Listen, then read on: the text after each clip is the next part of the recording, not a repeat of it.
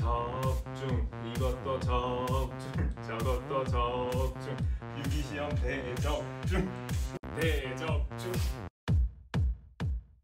적중, 이것도 적중, 저것도 적중, 물리시험 대적중, 물리시험 대적중. 자, 그러면 형광과 인강의 차이를 학생들이 아닌 선생님들은 어떻게 생각하는지. 네, 저부터요? 네. 저는 장점이 형광과 인강의 장단점이 너무 분명하다고 생각을 해요, 기본적으로. 그래서 형광의 장점은 선생님하고 소통할 수 있고 질문을 빠르게 해결할 수 있다. 질문점들 굉장히 큰 장점이고, MDMP잖아요. 그죠? 담임쌤들의 이제 적절한 케어를 받을 수 있다. 이게 장점인데, 근데 좀 안타까운 건 형광 처음에 개강할 때는 학생들 그득 앉아 있잖아요. 근데 점점 없어지죠. 여러 가지 이유에서. 근데 이제 없어진 이유가 다양한데, 특별히 이제 형광에서 이제 수업적인 내용들이 이해가 안 됐을 때, 그러면 계속 진도로 나가는데 이해가 안 되니까 계속 수업을 들을 수 없게 되는 거죠. 그러니까 인간 같은 경우는 그 상황에서 스페이스바를 누르고 자기가 다시 정리를 하거나 좀 생각을 해보거나 뭐 전에 공부했던 걸 찾아볼 수 있는 시간적 여유가 생기겠지만, 뭐 실강은 전혀 그렇지 않잖아요. 그러니까 목표를 향해서 계속 진도를 나가야 되고, 거기에서 이제 그 흐름에 속해 있지 못하면 결국에 낙오될 수밖에 없는 상황이라서, 그런 친구들은 조금 형광이 좀 힘들 수 있지 않을까. 아무리 주변적인 케어를 잘 해준다고 하더라도 본질적인 수업에 대한 내용의 이해가 너무 떨어지면 형광은 되게 쉽지 않을 수 있다 라는 좀 생각이 들고요. 인강은 뭐 가장 뭐니해도 가장 큰 장점은 가성비가 좋다는 건데, 이제 여러 가지 유혹이 있어요. 뭐 핸드폰도 옆에 있고, 뭐 컴퓨터로 공부하다 보니까 다른 거 할 수 있는 그런 여건들이 많이 생기잖아요. 그러니까 자기 주도 학습이나 자기만의 공부함이 명확하지 않은 친구들은 또 인강으로 했다가는 또 폭망할 수 있다는 그런 뭐 장단점이 있지 않나 생각을 합니다. 네. 저는 벌써 근데 그 영상 한번 찍었으면서 그때 결론을 냈었는데, 그냥 현강이 가지고 있는 장점의 대부분은 의지만 있다면 인강에서 구현할 수 있다. 그러니까 현강만의 특이한 장점이라고 부를 만한 게 거의 없고, 그 대부분의 장점들은 오히려 뭐 인강에서 다 따라할 수 있고, 대부분 뭐 인강이 오히려 아까도 말했지만 뭐 멈출 수도 있고, 뭐 실강은 내가 이해 안 됐다고 선생님 잠깐만 이럴 수가 없는데 어쨌든 내가 멈출 수가 있고, 이런 측면에서 실강에서 따라하기 힘든 장점이 인강이 많고, 이제 반대는 좀 어려워서 그때도 결론은 내가 다시 공부한다. 그러니까 저는 제가 공부할 거면 뭘 선택할까 생각했거든요. 근데 제가 공부한다면 무조건 난 인강. 내가 정해서 한다면 인강이 좋다는데, 내 동생이 공부한다 이렇게 바꿔보니까 또 무조건 현강인 거예요. 그러니까 이게 내가 의지가 있다라고 생각하니까, 나는 그냥 내가 하면 된다라고 생각하니까, 그런 의지가 있는 사람은 인강이 확실히 장점이 많아. 이런저런 뭐 빨리 볼 수도 있고, 선생님 말 빨리 해주세요 이렇게 못해서, 내가 좀 말 느린 선생님은 빨리 볼 수 있고, 말이 너무 빠른 사람은 느리게 할 수도 있고, 그러니까 본인이 의지가 있어서 확실하게 뭐 그런 것들을 잘 뭐 계획이든 뭐든 잘 그렇게 꾸려 나갈 수 있는 사람들은 인강이 좋을 것 같고, 근데 그런 의지가 보통 많지 않기 때문에 이게 만약에 경제적인 측면에서 뭐 경제적인 측면을 빼고 생각한다면, 만약에 동생이 아니면 주변에 뭐 사촌 동생이 PT 공부를 한다, 그럼 뭐 무조건 실강을 추천할 것 같아요. 그래서 뭐 그때 제가 그 영상에서 결론을 낼 때는 뭐 내가 공부한다면 인강이긴 한데 뭐 추천해준다, 동생이 한다 보면 무조건 실강을 추천할 것 같다, 이게 전 결론이었어요. 그 내용을 종합해 보면 실강은 어느 정도 타의적으로 공부하는 어떤 시스템이고, 인강은 자의적으로 공부하는 시스템인데, 둘의 차이에서는 좀 약간 말 그대로 자기주도 학습이 되면 인강이고, 그것이 좀 부족하다 그러면 실강이다. 그렇게 그 실강은 제가 볼 때는 가장 고민인 게 학생들 표정을 보잖아요. 표정을 보면 못 따라온 애들이 눈에 보여요, 기본적으로. 그러니까 이런 친구들이 계속 여기서 서바이브하기가 되게 쉽지 않거든요. 뭔가 이제 다른 방법으로 메이크업을 해주지 않는 이상에는 이해가 잘 안 되는데 계속 앉아 있는다고 합격할 수 있는 건 아니니까, 이제 그런 친구들은 좀 아무리 실강이 외부적인 요소들의 케어가 된다 할지라도 또 본질적인 거에 대한 이해도가 너무 떨어져 버리면 실강이 되게 쉽지 않을 수 있죠. 제가 생각할 때는 실강과 인강에서 가장 큰 차이점은 인강은 그래도 시공간을 초월해서 자기가 어느 정도 공부할 수 있으니까 이제 그게 가장 큰 장점이고, 실강은 선생님이 3D로 움직이니까 일단 집중도라든가 말 그대로 이제 김준 선생님 얘기한 것처럼 좀 의지가 좀 부족하거나 어떤 좀 따라가주는 어떤 그런 의미가 있으니까, 그런데 의미를 뒀을 때 좀 이렇게 의미가 있는데, 초시생들은 보통 실강을 좀 원하는 것 같고, 이제 제시가 되면서부터는 이제 학생들은 좀 차이는 있겠지만 그래도 좀 공부의 효율성을 높이기 위해서 인강으로 가겠다라는 학생들이 종종 있는데, 근데 그랬을 때 우리가 가장 크게 고려해야 될 것이 그 학습자의 어떤 그런 학습 상태구나. 의지가 네, 있냐. 학습 상태. 의지가 있어도 안 될 때가 있어요. 그러니까 그런 것들에 대해서 외부적인 어떤 그런 것들을 갖고 오는 게, 그러면 그런 것들의 절충항이 인강 종합. 뭐 맞아. 아닌가? 요즘 뭐 메가인들이 네, 뭐 그런 것일 수도 있는데, 아무튼 실강 뭐지? 그 실강 그 전용 강좌? 네. 실강 전용 강좌. 어떻게 뭐 하세요? 실강은 그냥 인강은 다시 보면 되잖아요. 그냥 내가 좀 부족한 부분이 있을 때.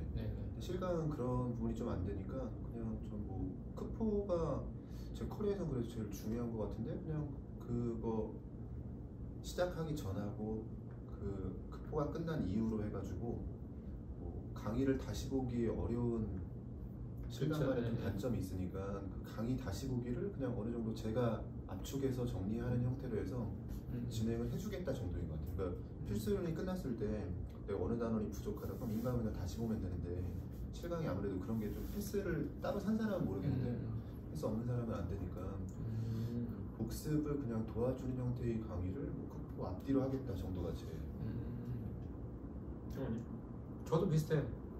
저도 비슷한 것 중에 하나가 그 실강 게 많아. 화학이랑 진짜. 실강을 들었을 때 가장 일단 물리는 그날 복습하라고 해도 그날 복습이 안 되는 경우가 대부분이고, 그러니까 17,000명 중에서 그날 복습되는 애들이 한 3-4천 명 정도 있을 것 같고, 나머지 이제 10,000명이 넘는 학생들이 어떻게 하면 물리를 그냥 그래도 공부를 잘 할 수 있을까라는 어떤 그런 포인트에 초점을 준다면, 다 배우고 나서도 중요하고 중요하지 않고를 구별하거나 외워야하고 외우지 않아야 될 거를 구별해야 되는 어떤 그런 상황이 됐을 때, 그 상황에서 이것만은 꼭 공부해라는 어떤 그런 완벽하게 그 바운더리를 결정해 주는 것 자체가 좀 그 수업이 아닐까라고 생각을 하기 때문에, 제가 생각하는 것은 복습을 도와준다는 포인트에서 플러스 알파로 제가 좀 학생들한테 해주고 싶은 것 중에 하나가 뭐냐면, 어디까지 공부했으면 좋겠다라는 그 바운더리거든요. 거기까지 바운더리가 명확하면 좀 안정적으로 좀 공부할 수 있기 때문에, 그래서 저도 크리티컬 포인트를 기준으로 그 전후로 해가지고 전에는 이론에 대한 어떤 그런 바운드를 좀 정해주고, 후에는 문제 유형이라든가 풀이에 대한 바운드를 좀 정해줘서 좀 그 정도 선에서 제가 생각하고 있는 어떤 그런 포인트라고 저는 가고 있어요. 저는 매핑을 하려고 생각 중에 매핑에서 이제 크리티컬 전에는 헬프 매핑이라고 해서 그냥 반 정도만 이제 반응 전체 하지 않고 반 정도 하고, 이제 크포가 끝나고 이제 풀 버전 매핑을 해가지고 반응을 일목요연하게 그냥 완벽하게 정리해주겠다. 그리고 코드 넘버로 가겠다. 뭐 이게 이제 실강 전용 컨텐츠로 이제 생각하고 있는 겁니다. 네. 쉽게 말하면 그냥 시험 잘 보게 해주는. 인강은 그럼 매핑이 없는 건가요? 매핑은 맨 처음에 제가 메가인디 왔을 때 찍었던 강좌. 4년 전에. 네. 굉장히 오래된 매핑이 있는데 그때는 풀 버전 매핑밖에 없어요, 실제로. 아니 그 실강 전용이라고 해가지고 뭐 새로운 것을 하는 건 아니고, 그죠? 네, 새로운 걸 했던 건데 좀 약간 인강 학생들의 불만이 좀 있을 것 같은데요. 그거에 대한 뭐 대안이 있어요. 그러니까 저는 제가 생각했던 건 인강은 다시 보면 되니까, 그러니까 다시 보기가 안 되는 거 측면에서 저는 결정을 한 건데, 나는 매핑을 5년, 4년 전 매핑이나 뭐 지금 매핑이나 유기학 반응이 바뀌진 않아요. 그림이 바뀌진 않으니까 제가 좀 더 젊었을 때 매핑 인간으로 아니 그런 거는 하고 지금은 더 이제 확실히 이제 아저씨가 돼서 이제 하는 매핑 정도가 되겠죠. 그래서 하는데 이제 뭐 실강 전용은 이제 좀 난이도에 따라서 이제 좀 나눴다 정도. 아니 김 선생님이 전에 이제 전혀 동영상 보면 학생들이 아시겠지만 수업 시간에 이미 다 중요하다고 한 내용을 그대로 해주는 거야. 이미 새로운 게 들어오는 것이 아니라 중요하다는 걸 다 이제 해주는 것이기 때문에 근데 학생들에 따라서 또 그걸 이제 인강 듣는 학생들 중에 보고 싶은 학생들이 뭐 틀림없이 있지 않을까. 이게 뭐 여러 가지 이유상 참 저희들도 애로사항이 있는 거잖아요. 그리고 뭐 그런 것에서 모르는 바는 아니고 오케이 뭐 그 정도 선에서 그래서 우리가 결론 내린 것은 콘텐츠에는 큰 차이가 없지만 학생의 어떤 학습자의 어떤 그런 환경과 태도에 따라서 이 콘텐츠를 극대화할 수 있는 방향성은 다르다라는 것이 인간과 실강의 가장 큰 차이가 아닐까라고 생각을 합니다. 네. 전체적으로 학생들이 시험을 잘 보려면 고득점을 하려면 전략적으로 어떤 포인트들을 두고 좀 공부를 하면 좋은지에 대해서 간단하게 화학부터 또 근데 진짜 뭐 나올 만한 게 지금 9회, 10회, 11회까지 계속 보면 진짜 딱 나올 만한 것들만 나오고 좋다 그거는 차라리 그러니까 뭐 아예 지역적인 것들인데 MD랑은 좀 다른 게 MD는 그래도 구석에 있는 개념들을 한 문제씩 꼭 물어보는데 피트는 범위가 제 생각에 갈수록 좁아지고 있고요. 딱 물어볼 것만 딱 물어보고 수능이랑 겹치나요 그러면? 그런 건 아니고? 수능에 별로 관심이 없어가지고 저는 어쨌든 범위가 갈수록 좁아지고 있고 근데 학생들이 느끼기에는 그게 이제 새로운 문제라고 느끼는 게 개념 자체는 다 똑같은데 상황은 완전히 똑같은 거잖아요. 그걸 정확하게 모른다는 얘기잖아요. 결국에 상황 자체 그런 문제 그러니까 같은 개념 계속 나오는데 영조체도 고딕체로만 바뀌고 다른 상황을 느끼게 돼. 그럴 수 있어. 그러니까 항상 고민인 게 그러니까 기출 문제를 제대로 풀 수 있으면 그러면 고득점할 수 있다. 고득점을 할 수 있는 상황인 건 맞는 것 같은데 근데 기출 문제랑 완전히 똑같이 나오진 않으니까 그렇죠. 기출 문제를 제대로 풀 수 있다라고 하는 게 그 기출 문제를 암기해서 푼 게 아니라 그 기출 문제 안에서 이제 기출에 자주 사용되는 용어들이 있고 뭐 이런 단서들이 있을 텐데 그러니까 처음 문제를 딱 풀이할 때 그 도입 그러니까 이런 단서 때문에 이렇게 시작했다 그런 부분에만 좀 초점을 맞춰가지고 기출 문제만 완벽하게 분석을 하면 충분히 잘 볼 수 있는 시험이 된 겁니다. 그러니까 이게 8회까지는 아무리 기출 분석을 잘하고 내가 뭐 기출 문제 풀 수 있는 능력이 있어도 거기에 이제 빨리 풀 수 있는 능력도 있어야 되고 좀 빠르게 상황 파악하는 능력, 그러니까 문제풀이 능력, 그러니까 상황 파악 능력, 이해력 이런 것들이 좀 필요하고 계산력도 좀 필요했는데 지금은 뭐 그냥 내가 잘 단서를 파악해서 이렇게 풀면 되겠다 이런 판단만 정확하게 내려서 풀면 충분히 시간 안에 풀 수도 있고 약간 예전엔 재능도 좀 필요한 시험이었다면 지금은 어느 정도 노력으로 커버 가능한 게 9회, 10회, 11회 근데 그 노력이 기출문제를 암기해서 푸는 게 아니라 그러니까 기출문제 안에서 단서를 문제풀이의 그 도입으로 연결하는 그 연결고리를 잘 파악해서 공부만 하면 다양하게 풀지 않고 기출문제만 잘 풀어도 잘 볼 수 있는 시험이 된 것 같아요. 그래서 지금 얘기하는 게 그래 기출문제를 잘 풀 수 있고 그것을 잘 할 수 있는 그 연결고리가 뭐냐는 것이 질문인데 연결고리가 기출의 용어들에 익숙해진 그 기출에서 예를 들면 자주 사용하는 용어들이 있잖아요. 그렇죠. 기출에 뭐 예를 들면 강철용기다 그러면 그냥 부피가 일정하다 그러니까 기출에 자주 사용되는 용어들이 있는데 그런 용어들이 어떤 의미로 주어지는 그러니까 이 방탈출하듯이 방탈출하면 뭐 이런 단서들 있잖아요. 근데 단서들을 다 조합해서 풀면 되는데 그러니까 학생들이 공부할 때 그러니까 풀이 과정을 이해하는 데만 집중하지 말고 먼저 이 풀이가 왜 시작되는지 그러니까 학생들이 이제 답이나 강의를 보면 쭉 풀려진 걸 보고 내가 이해했으니까 내가 풀 수 있겠다 이렇게 생각하는데 그 풀이 과정을 이해하는 게 아니라 처음 이 풀이를 왜 시작했는지가 있거든요. 근데 그 부분은 잘 필기를 저도 안 하게 되고, 그러니까 예를 들면 요 단서 때문에 이렇게 시작했다가 있거든요. 그러니까 예를 들면 A가 3보다 크다. 기억번 보기에 A가 3보다 크다 이렇게 되어 있는 거예요. 그러면 그걸 A를 구해라라고 읽으면 안 되고 A가 3보다 큰지를 비교해라 이렇게 읽어야 되거든요. 그러니까 처음 시작을 할 때, 도입할 때 기억이 A가 3보다 크다라고 돼 있으면 제가 풀이를 쭉 해. 그럼 그 풀이는 이해를 했어. 근데 이것보다 중요한 게 기억 본보기를 A가 3보다 크다라고 돼 있을 때 이 보기는 3보다 큰지 작은지를 물어봤으니까 A를 구하라는 보기가 아니구나. A를 3이라고 가정하고 3과 비교해 보라는 거구나. 이렇게 이제 기출에서 자주 사용되는 용어들, 뭐 그런 단서들, 그런 것들을 가지고 도입하는 부분에만 좀 초점을 잘 맞춰가지고 공부를 하면 충분히 잘 볼 수 있는 시험인 것 같아요. 이게 기출을 많이, 저도 이제 끝나고 나서도 상담도 많이 받고 기출 여러 번 풀고도 못 보는 사람들의 특징은 다 그건 것 같아요. 그 단서들을 못 찾아. 단서들 똑같은, 완전히 똑같은 문제가 나오진 않거든요. 그렇죠. 완전히 똑같진 않고 조금은 차이가 있는데 그런 부분들을 좀 열심히 하면 되지 않을까. 그런 부분들을 도와줄 수 있는 수업은 없어요? 근데 수업 중에 계속 얘기를 하는데 제가 좀 필기를 해야겠다는 생각을 좀 했어요. 그냥 그걸 그런 부분은 필기를 안 하고 포인트를 계속 찍어줘야 되니까 애들한테. 그냥 이제 필기는 풀이를 시작하면 필기가 되잖아요. 그치, 학생들은 잘 모르니까 내가 뭐 앞에 이제 항상 도입 부분을 얘기는 하는데 그때는 이제 펜이 안 움직이다가 내가 이제 실판에 풀기 시작하면 같이 펜이 움직인단 말이에요. 근데 사실 그 전에 왜 이런 풀이가 시작되는지를 얘기하는 부분이 있을 텐데 그런 그거에 대한 인식이. 김준 선생님은 필기 전 수업이 됐기 부분들에 좀 초점을 맞춰가지고 좀 공부를 하면 이게 예전에 비해서 확실히 할 만한 시험이 된 것 같아요. 이게 PT가 이제 요즘 너무 좀 쉬워졌으니까 어느 정도는 이제 기출 정도 열심히 해서 좀 커버할 수 있는 시험이 되죠. 맞아. 김준 선생님 말 종합해 보면 그래도 기출만 좀 잘하면 그 연결고리 되는 부분이나 그런 것만 잘하면 충분히 고득점 받을 수 있다.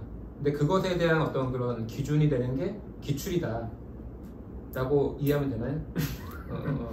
기출 문제를 암기하지 않고 기출을 암기하지 않고 그 문제의 어떤, 그러니까 이런 걸 왜 이런 풀이가 시작되는지를 명확히 하면서 기출만 확실하게 풀어도 된다.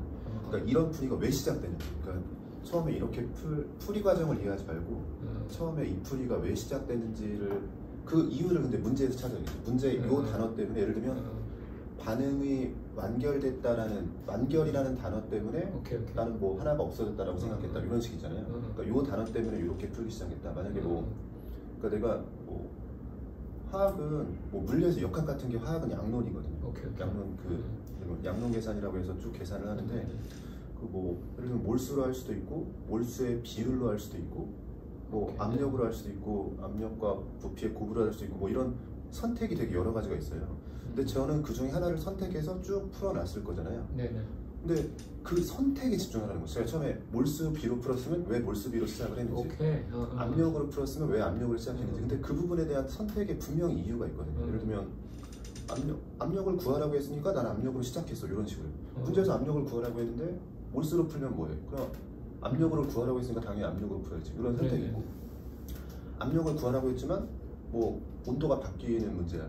온도가 바뀔 때는 압력으로 못 푸니까 난 몰수로 푼 거야. 몰수 비로 풀었으면 어차피 비율만 구하라고 했잖아. 그러면 정확히 구할 필요가 없지. 나는 비율로 시작하는 게 계산도 빠르지. 이런 식으로 어떤 선택을 할 때 그 선택의 이유, 처음 딱 도입할 때 계속 똑같은 얘기, 그 도입할 때 그 이유만 확실히 하면서 하면, 화학은 지금 기출 문제가 645문제예요. 너무 많아요. 그러니까 645문제를 그런 식으로 알고 있는 상태에서 못 보기가 진짜 쉽지 않다. 기출만 확실히 알고 있으면. 근데 보통은 이제 다 이제 기출이 익숙하니까 이 풀이는 이렇게 하면 되잖아, 이렇게 시작하니까 문제인 거예요. 사실 특히나 함수 뭐 이렇게 오래 공부하신 분들은 기출 문제는 너무 익숙하니까 그냥 보자마자 풀 수 있거든요.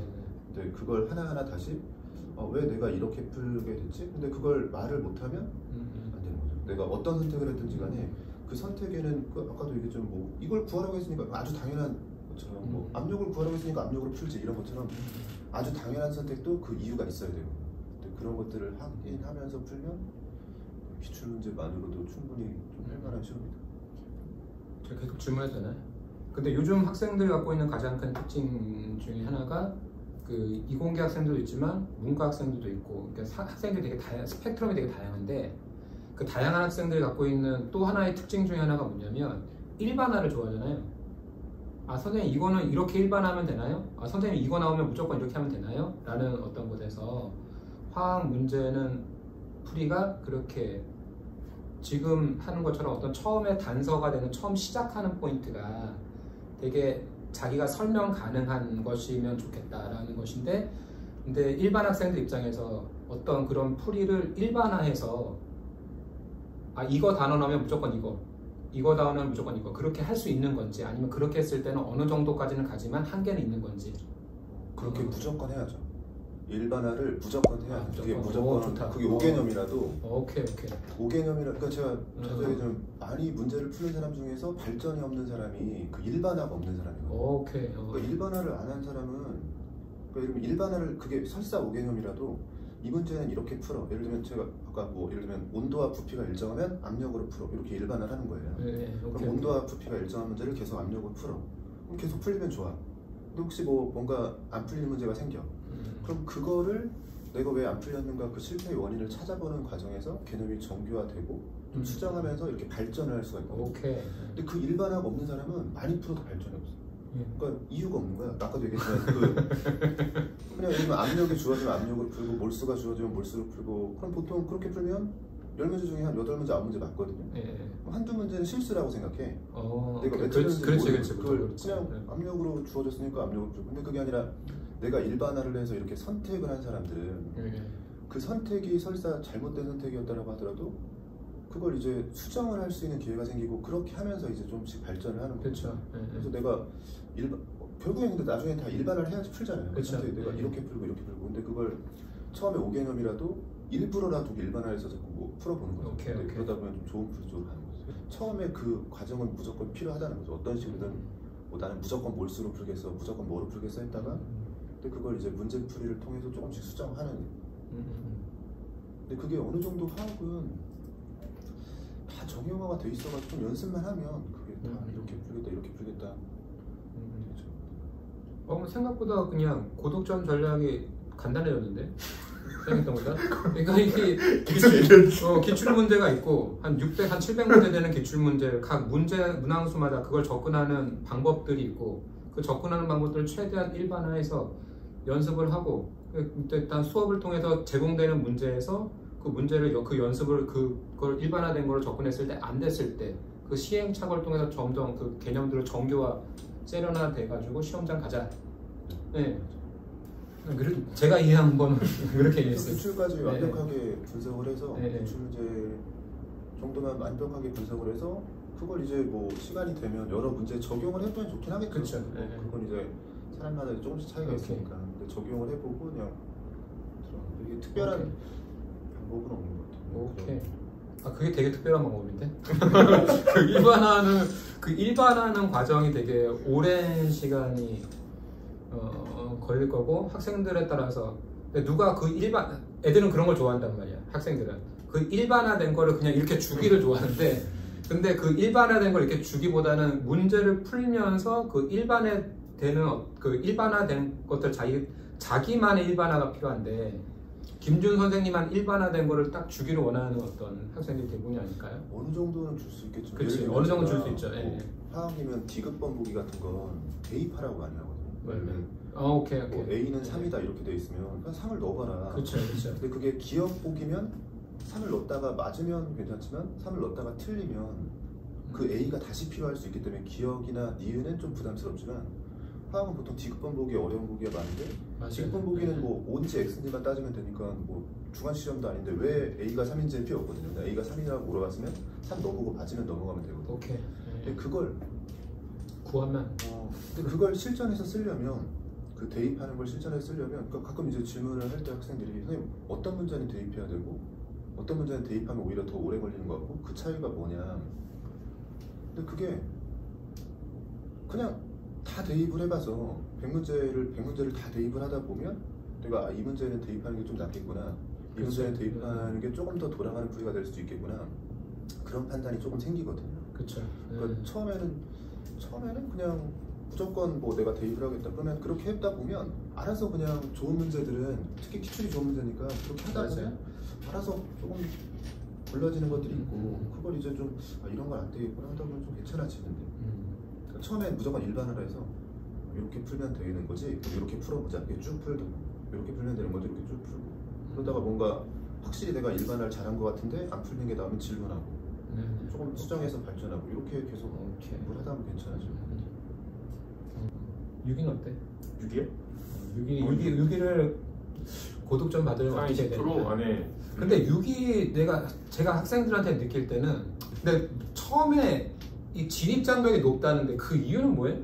안 해봐서 그렇죠. 안 해봐서. 안 해봐서 궁금해요. 진입 장벽이 유기학은 생각해보면 일반학에서 원자의 구조만 알고 있으면 우리도 하잖아요.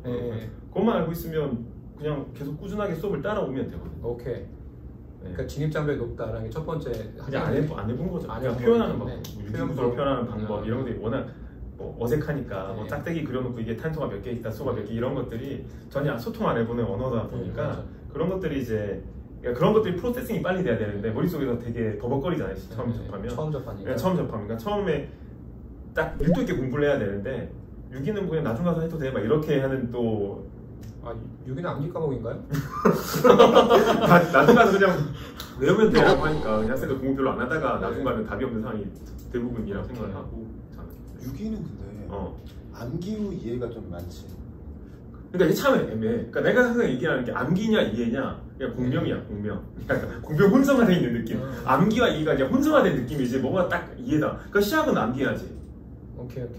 그리고 어떤 작용기가 있으면 이 작용기에 대한 반응의 틀은 다 암기하고 있어야지. 근데 그 틀이 없으면 중구난방 다 되는 거야. 그냥 상상이 가는 거 이제 막 펼쳐지는 거지. 생각해. 6위는 나도 이제 공부해봤지만 물리는 이해 후 암기가 좀 많은 편이잖아요. 6위는 확실히 암기 후 이해가 좀 많은 느낌. 그러니까 처음엔 제가 자주 얘기하는데 암기 후 이해가 아니라 암기 후 이해가 된 것 같은 느낌이 많아요. 암기 후 그치? 이거 좋은 그러니까 이게 나중에는 이해가 된 것 같이 느껴서 질문이 그러니까 예를 들면 S오비탈이 왜 동그랗냐 이 질문은 나중에 시간이 지나서 보면 되게 웃기는 질문이거든. 근데 그러니까 내가 S오비탈은 여전히 몰라요. S오비탈은 양자역 같으면 뭐 화학과에서 4학년 때 배우는 거잖아. 그러니까 뭐 3학년 완전 수학이고 이해 여전히 안 되는데 이제 뭐 1년 정도 공부하고 나면 S오비탈? 내가 아는 거거든. 근데 전혀 자연스럽게 잘 받아들이게 되는 거지. 처음에 그냥 이거 무조건 과목 특성상 암기 후 이해로 넘어간다. 그러니까 이해 후 암기가 아니라 암기 후 이해도 분명히 좀 있는 거거든요. 그래서 그런 부분을 좀 강조해주면 애들이 암기라고 하면 무조건 부담 느끼는 애가 있는데 화학에서도 약간 암기 후 이해가 어느 정도 있거든요. 물리는 그런 게 많지 않죠. 양자화 같은 게 그렇지. 그죠. 그러니까 화학은 좀 이제 뭐 분자 오비탈, 원자 오비탈 뭐 이런 것들을 얘기할 때는 처음부터 암기 후 이해인 단원이다라고 얘기해야지만 좀 애들이 부담이 없고 내가 이해를 못하는 게 당연하고 제가 항상 그래서 뭐 아인슈타인 얘기 들으면서 아인슈타인도 뭐 끝까지 못 받아들인 게 이건데 그냥 암기해라 그러면 이게 나중에 뭐 괴롭히지 않을 거다 그렇게 하고 넘어가는데 근데 그게 6위는 좀 많지 않나? 6위는 근데 생각해보면 이제 아까 전에 이제 화학은 일반화 했잖아. 6위는 일반화를 하면 요즘 문제 다 못 풀어 그냥. 그래? 왜냐면 필드에서 그걸 달달달 외웠어. 못 풀어.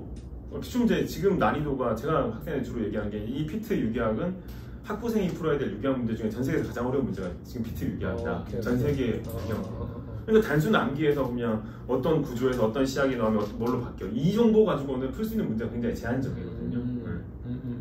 이 표현하기가 저도 참 유기학사지만 표현하기 되게 쉽지 않은 게 그러니까 유기화학적인 좀 마인드, 생각들이 좀 그런 사고들이 좀 돼야 돼요. 그러니까 뭐 어떤 상황에서는 어떤 중간체가 만들어진다. 그러니까 뭐 이게 유기학적인 얘기를 지금 해도 뭐좀 그러긴 한데 염성 조건에서는 탄소 여행이 만들어질 수가 없어. OH 마이너스가 있는데 왜 탄소 여행이 만들어져야 되는 거야? 절대 있을 수가 없는 일이야. 근데 이런 생각을 전혀 하지 않고 그냥 조금만 비슷하면 배웠던 걸 그대로 거기서 적용해서 일반화 시키는 거지. 그럼 틀려.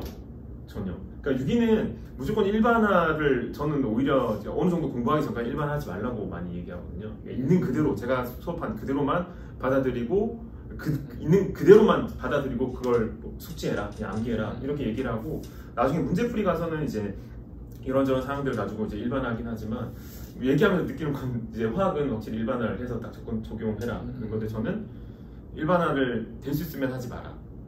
얘기하고 이거 싶고. 기존의 어떤 유기 선생님이랑 약간 반대되는 게 아니에요? 기존 유기 일반화. 아니 그러니까 학생들이 접근할 때 그래도 일반화 해주는 게 네. 근데 그게 문제가 쉬웠을 때 먹히는 얘기잖아요 지금. 그러니까 작년에 문제가 쉬우니까 어느 정도만 그러니까 외우고 해도 만점자가 그렇게 많은데 원래는 지금 에폭사이드 원래 시험 문제 에폭사이드가 나왔어요. 네. 에폭사이드 삼각형 고리는 이제 친액체가 있으면 고리를 여는 반응이 일어나. 네네네. 근데 뜬금없이 원래도 그 문제가 나왔는데 이번에는 전자가 풍부한 학종이 고리를 직접 여는 게 아니라 제거 반응을 통해서 고리를 열었어. 네. 복사에는 달달달달 고리를 여는 반응이야 라고 알고 있으면 그 문제는 접근이 안 되는 거예요 전혀. 그러니까 유기학이 문제가 일반화에서 딱 풀기보다는 어느 정도 신유의 고득점의 문제를 풀기 위해서는 좀 약간 뭐라고 해야 되나 유연한 사고 이런 것들이 굉장히 필요한데 상황 인식 이런 것들 유기는 그건 마저 일반화 아니야? 그러니까 일반화를 수정해서 그치 일반화한 거잖아. 일반화 이런 상황에서 이걸 해라 이런 식으로 하는데 대신 이거는 예외적인 상황이니까 이렇게 해라 뭐 이런 식으로 어쨌든 근데 그렇지 그것도 일반화지 그 부분이 일반화지 어느 부분에서 일반화되고 어느 부분은 일반화되지 않지 유기학을 따지고 보면 근데 그게 시작은 일반화로 시작해서 이런 게 안 되니까 그치 그 일반화를 정확하게 가지고 있는 친구들이 그러니까 각 작용기마다의 반응들을 정확하게 일반화하는 친구들이 나중 가서 그 믹싱이 잘 되는데 그거조차도 한마디로 이제 일반화 안 된 친구들이 많다는 거지 제가 볼 때는. 그럼 제가 지금 어떻게 하면 고득점을 되느냐 어떤 그런 포인트에서 그 유기는 그러면 쉽게 말하면 기초가 튼튼해야 돼? 그쵸. 지금 했던 얘기를 하고 이 일반화에 대한 어떤 영역에 올라가기 전까지의 이 펀더멘탈한 것이 기초가 튼튼하면 네.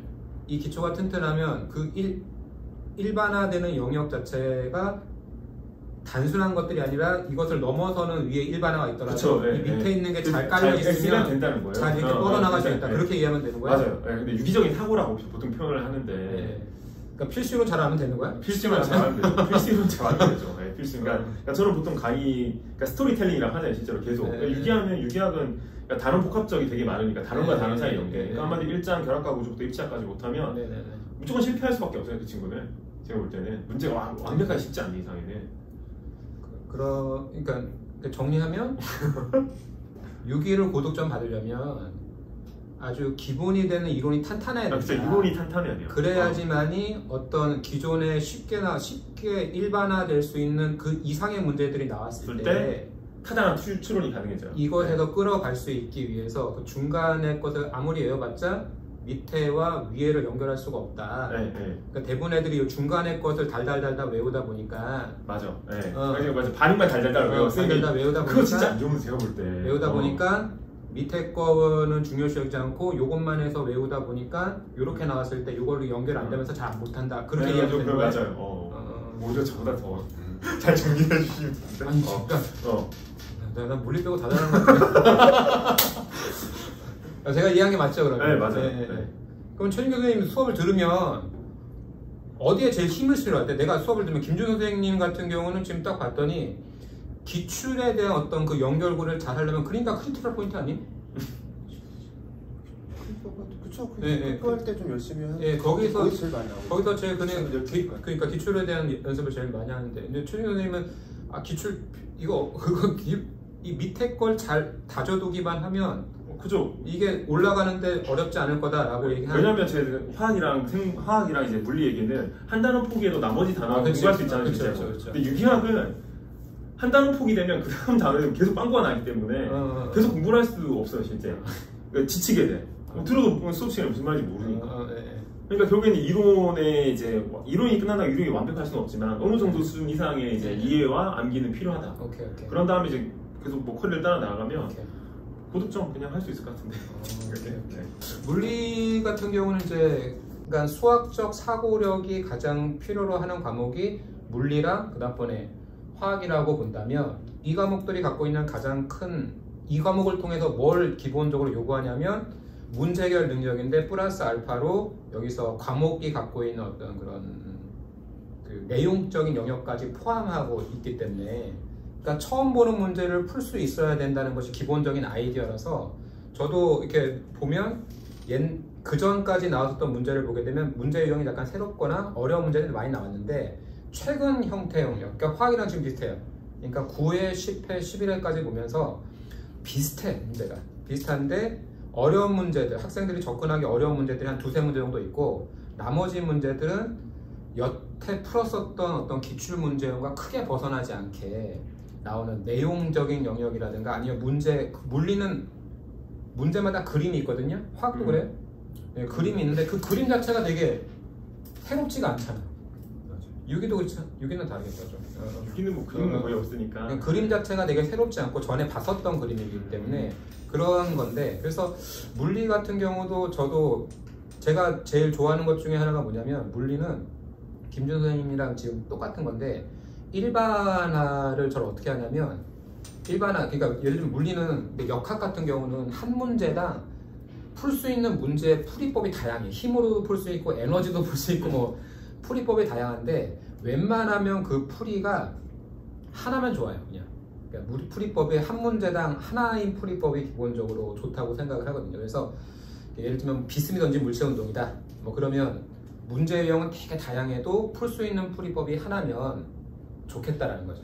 좋겠다. 그래가지고 그 물리에서 고득점을 받으려면 똑같이 김준호가 똑같이 기출 문제를 잘 분석을 해야 되고, 기출 문제에도 제일 중요한 거는 그 기출 문제를 분석을 해서 어떤 형태로 문제가 나오는지에 대해서 기본적으로 좀 익숙해지면 이제 그것을 풀 수 있는 풀이법이 되게 제한적이에요, 물리는. 왜냐면 저 같은 경우는 하나의 풀이를 웬만하면 가르쳐 주려고 하는 포인트가 뭐냐면, 일단 이 문제를 봤을 때 어떻게 푸는지를 알아야 돼. 접근이 안 되는. 일단 어떻게 푸는지 공식이라도 끄적거려야 돼. 공식이라도. 아니 그 차이가 안 큰 거 아니에요? 예를 들면 그렇지, 안 1번부터 10번까지 풀이가 있을 때 화학에선 이 차이가 엄청 큰 문제들이 많거든요. 그러니까 예를 들면 얘는 1분 걸리는 풀이면 얘는 10분 걸리는 풀일 수도 있어요. 그러니까 이게 뭐 그럼 시간이 10배 차이가 난다. 그러면 그 10번 풀이는 맞는 풀이 중에 가장 최악의 풀이잖아요. 사실 뭐 한 문제 풀면서 한 문제 틀리는 꼴이잖아요. 이렇게 시간이 오래 걸리면. 근데 그게 모든 풀이에 다 적용이 된다고 해서 화학은 그렇게 하는 게 딱 맞지 않아요. 특히나 뭐 시간이 부족할 때가 많으니까. 그렇지. 근데 물리는 상황적으로 되게 또 단순한 게, 화학보다는 뭐 만약에 예를 들면 바닥 도착하는 순간 물체의 속력을 구해라. 그러면 세 가지뿐이 없어요. 역학적 에너지 보존 법칙이냐, 운동량 보존 법칙이냐, 아니면 등가속도 운동량. 이 세 개 중에 하나만 쓰면 돼요. 그 세 개 중에 거리가 변한 것은 역학적 에너지 보존 법칙이 제일 좋고, 충돌한 거면 운동량 보존 법칙이 제일 좋고, 시간 좀 주어져 있으면 등가속도 운동이 제일 좋고. 그러니까 물리 같은 경우는 그 풀이법이 다양해도 그 하나의 풀이가 이렇게 푸나 저렇게 푸나, 쉽게 말하면 힘 아니면 에너지다, 어떤 그런 것이기 때문에 화학보다는 훨씬 더 좀 단순하죠. 단순한 상황 자체가 단순하니까. 그래서 비슷하게 그러니까 쉽게 말하면 정형화된, 일반화된 어떤 풀이법을 갖고 있고, 이제 그런 것들을 연습을 많이 하면 되는데, 이제 문제는 뭐냐면 물리에서는 두세 문제가 어려워. 두세 문제가 역학에서 좀 확 들어가거나 아니면 적분을 쓰거나, 두세 문제가 어려운데, 적분은 이거 피하려고 문과 갔는데 그래서 교차 지원해가지고 생물학과 들어왔다가 같이 이제 피트 하려고 딱 봤더니 여기서 적분이 나오네. 그럼 어떻게 해야 되나, 뭐 그런 거. 또 화학에서도 마찬가지지만 크냐 작냐, 뭐 그런 어떤 간단한 산수 같지만 그런 것들이 좀 약간 울렁증이 있는 학생들이 어려운 문제 파트들이 있죠. 어려운 문제 파트들이 있는데, 근데 고득점적인 측면에서 얘네들을 맞으면 좋겠지만, 근데 아이러니한 것은 얘네들을 살짝 제껴놨을 때 17개다. 그러니까 물리에서 17개면 작년에 잘 나오면 99점이었거든요. 작년에 잘 나오면. 올해는 근데 봐야 되는 거지만, 그랬을 때 이 뒤에 영역까지는 풀면 좋지만, 혹시라도 이 뒤에 영역이 어렵더라도 살짝 제꼈을 때, 그래서 작년 기준으로 하면 최소 97%이기 때문에 물리가 너무 어렵다는 학생들 있잖아요. 그런 학생들한테는 그래도 화학과 비슷하게 일반화된 풀이법을 가지고 연습을 했을 때 충분히 가능하다는 거죠. 97%까지는. 근데 나머지 요 2, 3%는 아버님이 누구셨는지 뭐 그런 것들 유전적으로 약간 그런 생각 한계를 극복할 수 없는 그런 것들도 있고, 그리고 화학은 그런 게 없나? 그날 또 느낌이 있어. 처음 출발할 때 그 느낌이 있어. 처음 출발할 때 이거 딱 펜을 대는 순간 이거 풀리겠다는 느낌이 있는데 처음 출발할 때 이게 삽질을 탁 했을 때는 이상하게 이제 안 풀리는 어떤 그런 것들이 있기 때문에 그런 포인트들까지 고려했을 때 고득점이다 라는 것에서 제가 생각하는 고득점은 97%까지다 라고만 생각한다면 그 영역에서는 기출문제를 일반화하고 물리는 개념이 기본적으로 그 처음에는 이해가 중요하고 그 이해한 걸 바탕으로 기출문제를 통해서 일반화한 다음에 그것들을 연습을 하면 충분히 가능한 성적이다 라고 생각을 하는 것이고 나머지 한 2, 3%는 또 100%까지 맞추기 위한 요것은 플러스 알파적인 요소로서 조금 그런 것들은 약간 경시 역학문 올해 수업을 기준 올해 문제를 기준으로 한다면 경시 문제를 좀 풀다든가 아니면 수능에서 그 20번 문제 있죠. 그 물리 20번 문제 약간 어려운 문제 스타일 그런 것들에 대한 연습을 좀 하면 되는데 뭐 그 정도 수준 같아요. 그래서 물리 같은 경우도 뭐 화학이랑 좀 비슷하게 공부하는 것이 맞지 않나 라고 생각을 하고 네.